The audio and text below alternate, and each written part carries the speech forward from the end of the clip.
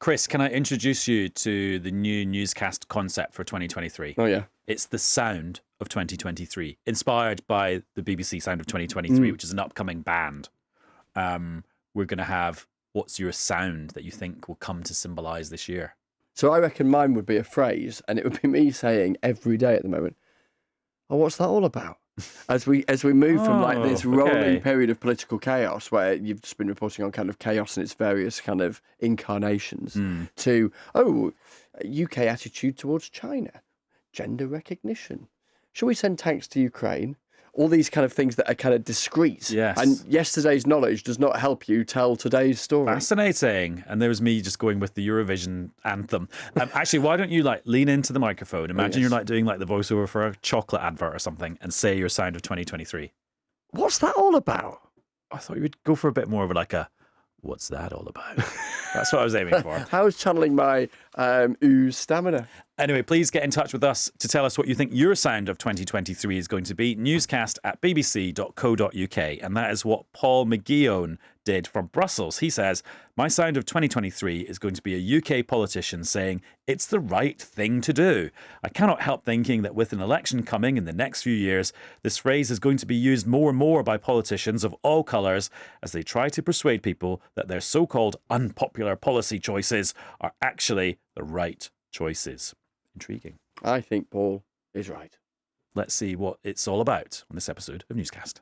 Newscast from the BBC.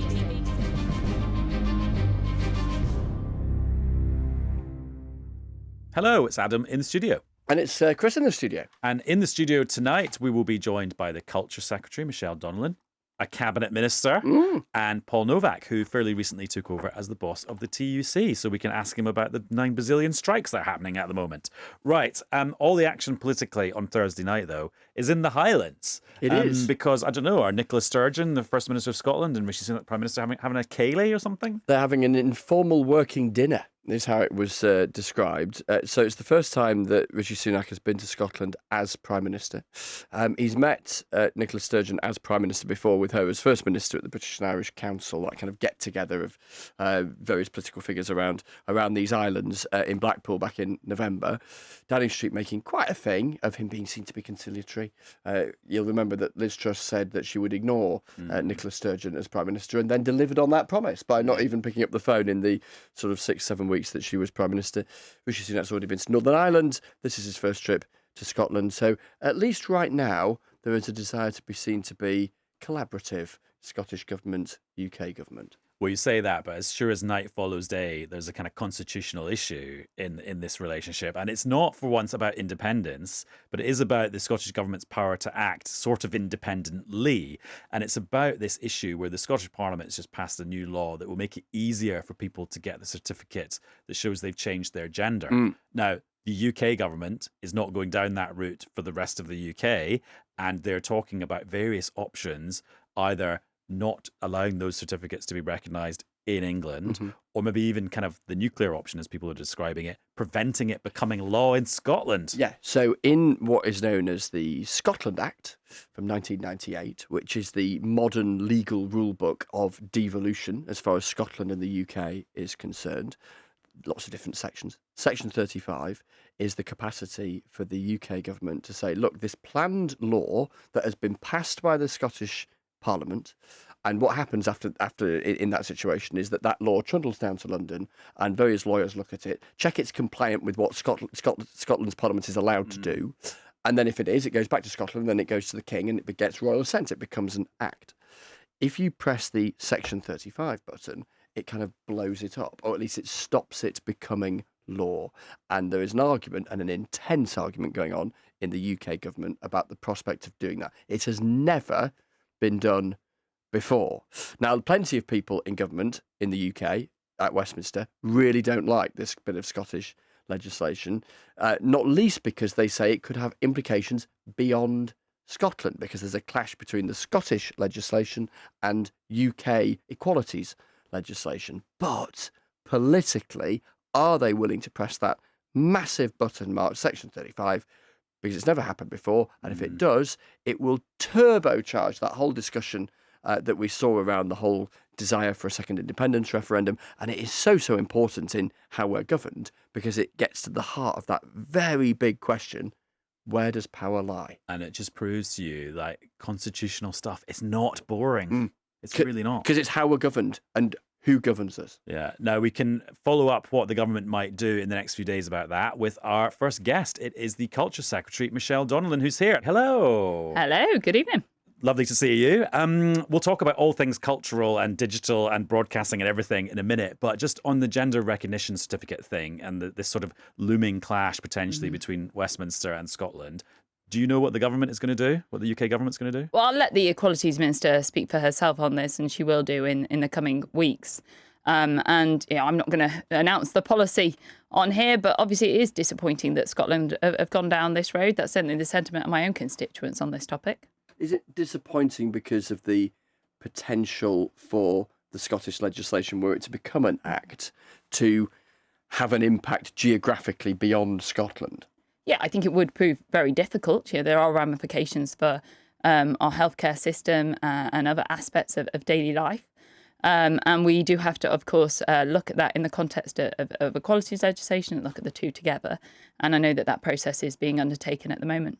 What's your email inbox like on this subject? Because I know a lot of MPs last year, it was getting very, very heated from kind of all angles. Has that continued, or has the furore died down a bit? Has the discussion become a little bit more friendly, or is it still quite tough? This is not the priority for my constituents, certainly those that are talking to me and I'm engaging with, of all of the topics that are about at the moment and the things that people are deeply caring about and they want governments to react to and be focusing and prioritising at the moment. I don't think this is the thing that the people of Scotland or the people of England want their government focusing on. I think what they particularly want them focusing on are along the lines of the things that the Prime Minister announced the other week, tackling immigration, getting waiting times down in our hospitals, tackling inflation so that we can boost the economy and help people get better paid jobs. These are the things that people are contacting me about.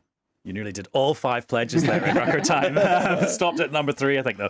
Well, let's talk about one of the things the government is doing, which is the online safety bill, which is the new regulations for making sure people are safer online, particularly children. When is your guess that the online safety bill, so a piece of legislation, will actually become the Online Safety Act, as in like the law where the king stamps it and it's like it's now in force? So this parliamentary session, so this parliamentary year, it's always odd when we talk about parliamentary sessions, isn't it? But parliamentary year, so it will become a law. Then it's not just me saying that, we also have the Prime Minister's personal commitment on this too. There's a simple truth at the heart of all of this, that one of the reasons that this has taken so long to get to where we've got to is the chaos of collapsing Conservative governments over the last year. I think the key reason why it's taken so long, because it's not just my predecessor that was working on this. There's several predecessors that have worked on this.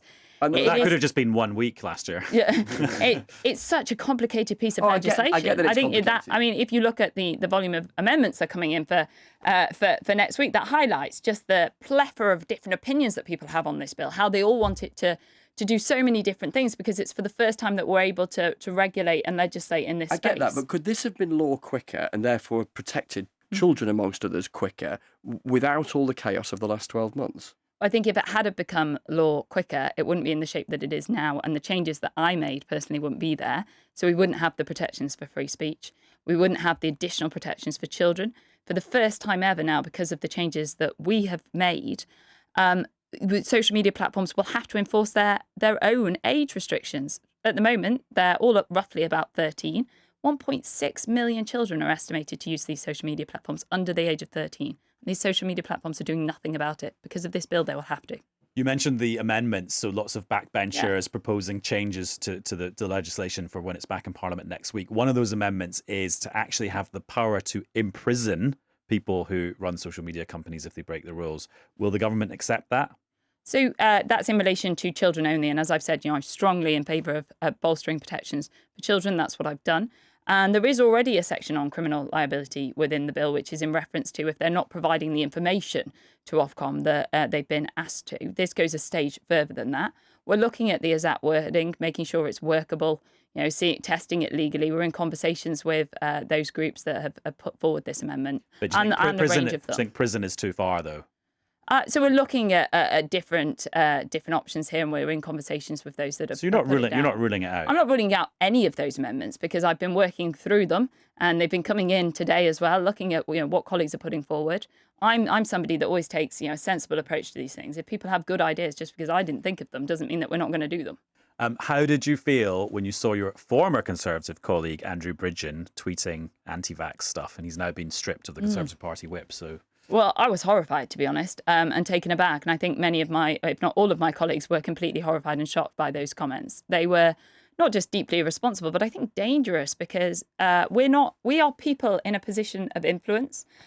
People listen to us. We have many followers on our own social media. And we have to be responsible and think about the words that we use. And anti-Semitism has no place in any part of our society, and especially by those that are in a position of leadership. I'm shocked and horrified he chose to use those words. He chose to say that in relation to COVID as well. And I'm really delighted that the party took swift action. Do you think it was anti-Semitic, that tweet? I believe it was, yes. So I just wonder, under the new online safety regime, would that tweet have gone? Because it's hard to say, isn't it? So on that, there is a triple shield of protection for adults under the bill now. So first of all, if it strays into illegal, which we know a lot of anti-Semitism can stray into, then it would go. If it was a breach of their terms and conditions, which is all of those major platforms have anti-Semitism as a condition, so it should have gone. But we know the problem we've got at the moment is these platforms, they play sort of loose with their terms and conditions. One day they'll implement them, one day they won't. They will have to implement them under the bill. And then the third layer of protection, the safety net, is that you will be empowered to pick and choose more of the content that you're seeing, so that you don't have to be bombarded with stuff that you don't want to see. You should be in the driving seat. And a triple shield. I'm just struck by that because we've had triple locks, haven't we, around pensions and all the rest of it. Now it's the, triple shield. Get a gimmick. Right. And we should just clarify, like what Andrew Bridgen said in his tweet was about, he was alleging that he'd been told by a medical professional that the COVID vaccine caused lots of heart problems in people, and he described this as the biggest crime against humanity since the Holocaust, which is why people have interpreted that as being anti-Semitic. Yes. In case people haven't seen that tweet, although I'm sure a lot more people have seen it now than maybe saw it when it was originally tweeted. Yes. On the subject of Twitter, we had Wes Streeting, the Shadow Health Secretary on Newscast the other day. Take a listen to what he told us. I've got to say, I use social media a lot less than I used to, and it is for the best, definitely. And it's not, I used to love Twitter as a platform for kind of debate and discussion and connecting with people. And now it's just not a space for a good conversation at all. And I think it's has done harm to our democracy rather than helped it, which is a shame because I thought it had enormous potential to connect people with decision makers in a more accessible way. And that's the way I used to use it. And it's lost its charm. Is Twitter bad for the country's mental health? I think so. Do you think so? I think all of these social media platforms are a force for good, but also a force for bad. And they can all be bad for mental health, particularly for children. And that's why we're introducing this bill to get them to do what they promise they're going to do, and to ensure that they do take down content that is illegal in nature, and that you're put in the driving seat. So you're not just subjected to this constant barrage of things that are deeply disturbing, not just for your mental health. We're just trying to get at what do you think the cost has been to people for the fact that social media has not been as regulated up until now? So I do think it has had a high cost, sometimes, really tragically meant the loss of life, including children. And so the cost is horrendous. And that's why it's so important that we get this bill through. And it does turn people off social media, like Wes was saying then. Right, Eurovision is coming to Liverpool. Some of your exciting. colleagues have started calling it Liverpool. Have they really? I missed that particular bit of Liverpool, which doesn't quite roll off the tongue, so I'm not sure that will take off nationwide. No. But I'm assuming on the night of Eurovision, you will be there. That's the plan. In Liverpool. I can't even say it, in Liverpool. How much is it costing? Is it costing public money to stage it on behalf of Ukraine? So it's a concoction of different funds, really, because the host city has to pay, and they all bid in for it, different areas, and Liverpool was successful. And then also the BBC will have production costs as well. And then we will have to contribute as a government in terms of security arrangements fundamentally as well, and to make sure that It is a celebration for Ukraine, and it does the Ukraine proud. I think that's the right thing to do. And these things do generate income as well. When you think about how good this is going to be for Liverpool and the region's economy, it's going to be fantastic news. And there will be a legacy impact as well. It's a big old couple of weeks, isn't it? Because the coronation is it just before or just after? I forget which way round. But it's a week apart. Right. I can't remember which direction. Yeah, so it's a very busy, chock-a-block time. And also Eurovision isn't just, of course, the final. There's the stages beforehand. So it is really good news for Liverpool and the region, hence why so many areas bid in for it. Are you a Eurovision fan? I am a bit, yes. My dad particularly is. What would you say your favourite Eurovision song is, either from another country or from the UK? That's really hard.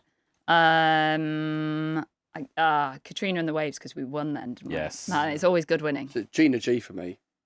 I love hearing you say things. Probably the last single you bought. No. I genuinely loved that song. It wasn't a winner, but it was a cracker. It charted very highly, I seem to remember, in the 90s. Yeah. You know, but it, like so many of our entries, didn't do so well on the night, unlike Katrina and the Waves. Cultural happenings this year. What things are you looking forward to? Well, as we said, the coronation, that's planned by my department, which will be a national celebration. We saw how the country came together for the Jubilee. I think we'll see the same for the coronation. Oh, do you send out the invites? We do, but unfortunately, I think yours might be lost. No, I might be busy that weekend. Actually send out the invites. But... I'm intrigued. You were talking about your department organising it, and so often, when we talk with the palace, obviously. Of course. But so often when we talk to senior politicians, of course, we get into the weeds of political argument and all of that, and that's massively important.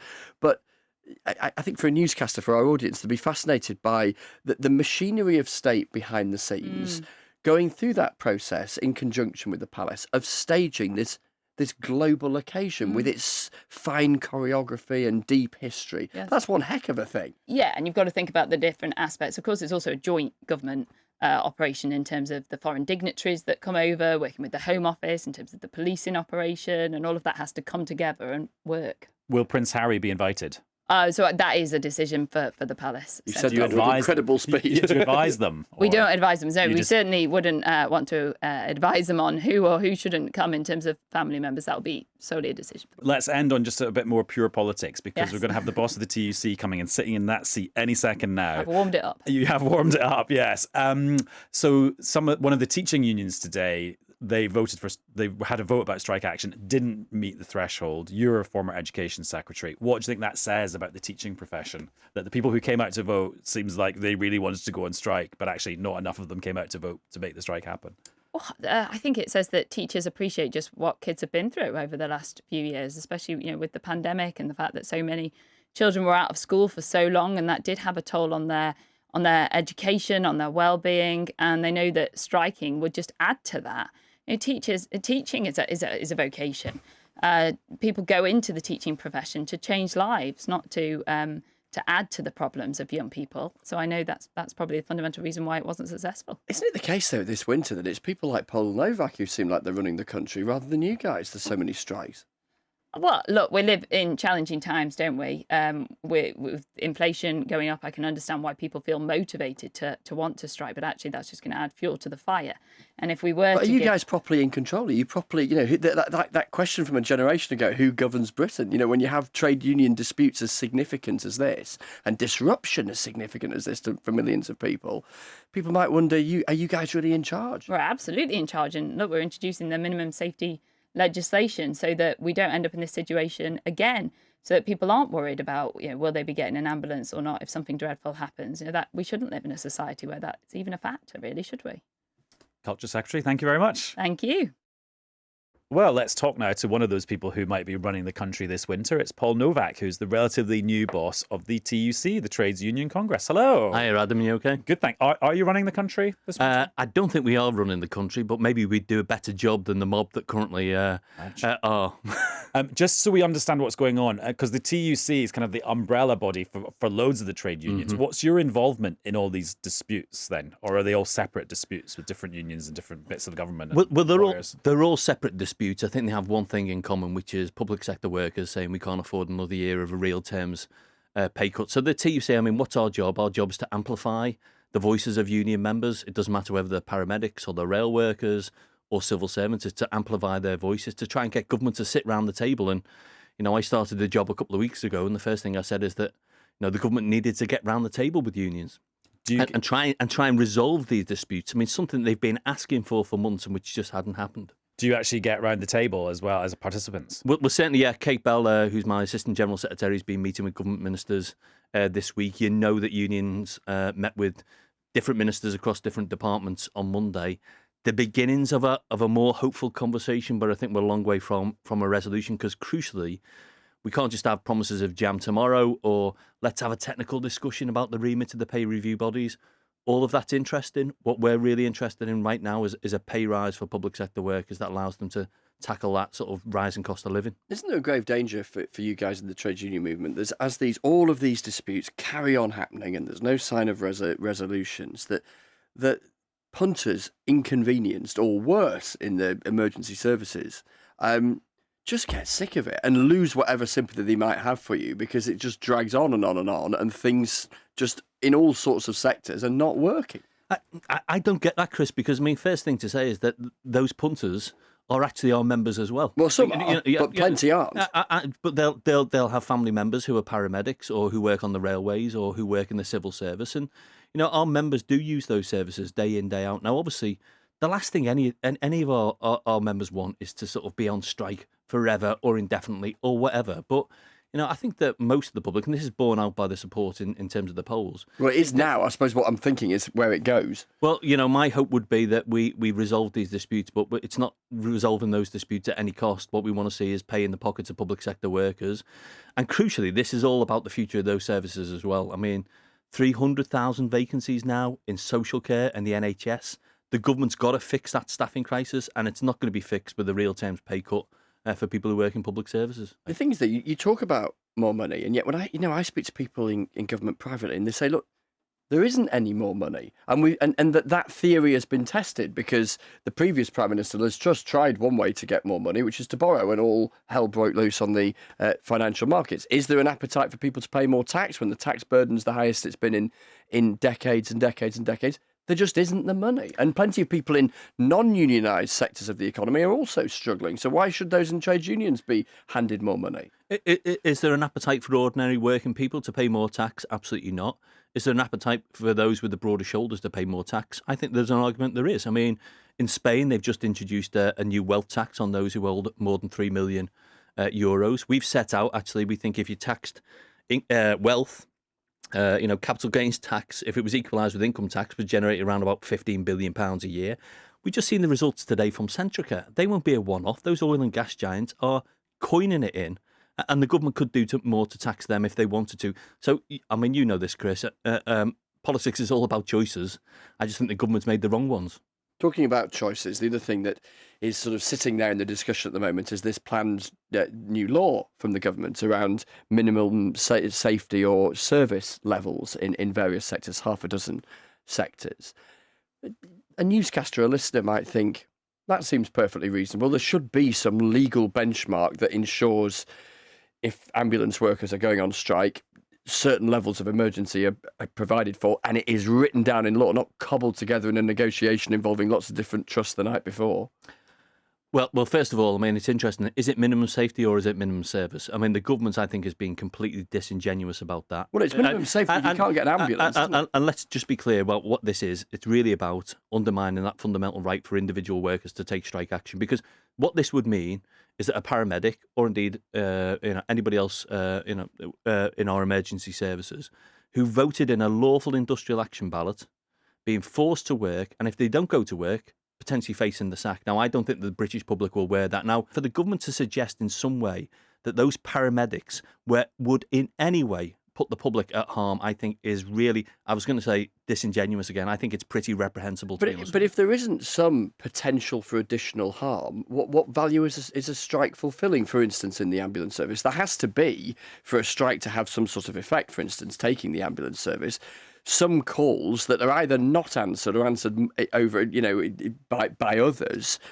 In other words, a service that's not as good for some people as it would be on a non-strike day. But of course, the service isn't as good. But we know that, that means harm. We know our ambulance service is in crisis every day, not just when people take strike action. And that's an argument to be had. I get no, that. it's not a separate argument though, because those paramedics, I was speaking to them on the picket line, people leaving their job, people retiring early, can't afford to carry on doing that job. The government aren't going to help themselves in any way by just making it more difficult to legislate out strike action in the ambulance service. I mean, I get the current state of the ambulance service beyond a particular striking day is part of this argument, and the government faces big questions about that. But it is separate from the principle of harm, isn't it? And having a legal benchmark against which an ordinary person can be certain that on a striking day in an ambulance service, they're going to get the help that they need. No, because as I say, I think our unions, not just at paramedics, but other health unions, when they take industrial action. We had the Royal College of Midwives took strike action, I think it was 7 years ago. I don't think they would do anything that would put a woman or a child at harm. These are people who deliver these services day in, day out, are proud of delivering those services, committed to those services. So, I honestly think, Chris, when it comes to a straight argument between Stephen Barclay and those paramedics, the other members of our NHS family, I know where the British public sympathy will lie. And let's just extend the argument, because they've also introduced these, will try to introduce this attack on the right to strike in other sectors as well. Where is the argument around safety in rail, in education? I mean, what the government effectively wants to do is just force people to work instead of taking industrial action, and that fundamentally undermines a basic right.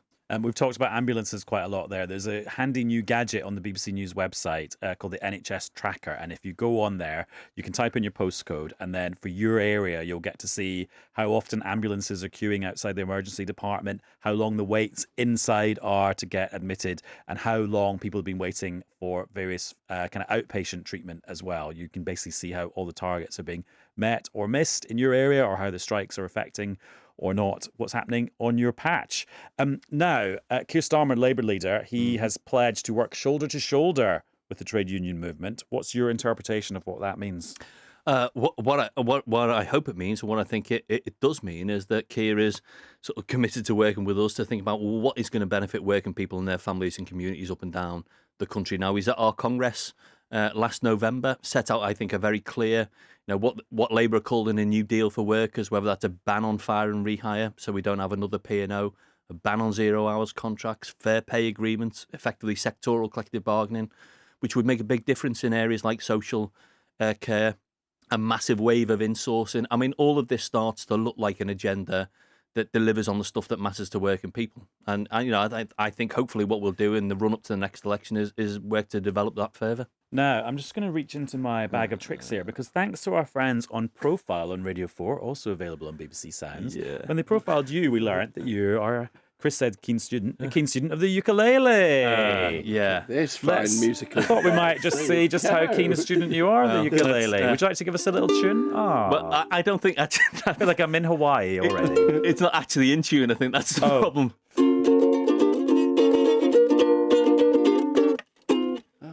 Are you back around that Californian town? I mean, that's definitely out of tune, but bring me on next time and I'll bring my own. Can you do any pop songs? I've got a pretty wicked repertoire, which does include Katy Perry. Right. Does include Taylor Swift. Do some Katy Perry. No, you're going to have to wait until next time. I'll bring it. A master needs to work with his own instrument, and this isn't it. Adam, you may, I don't know if you knew this already, Adam is one of Katy Perry's greatest ever. Super fan. Can you do Raw? I can't do Raw. What was the one? There was a go-to Katy Perry song that I've played at ukulele festivals. Okay. Around the globe. That would be slightly exaggerated. Modest. I can see the Newscast Christmas Party 2023 taking shape already. Yes. Paul, well, let's see if Labour relations going forward are as harmonious as you just were there now. Hopefully more in tune.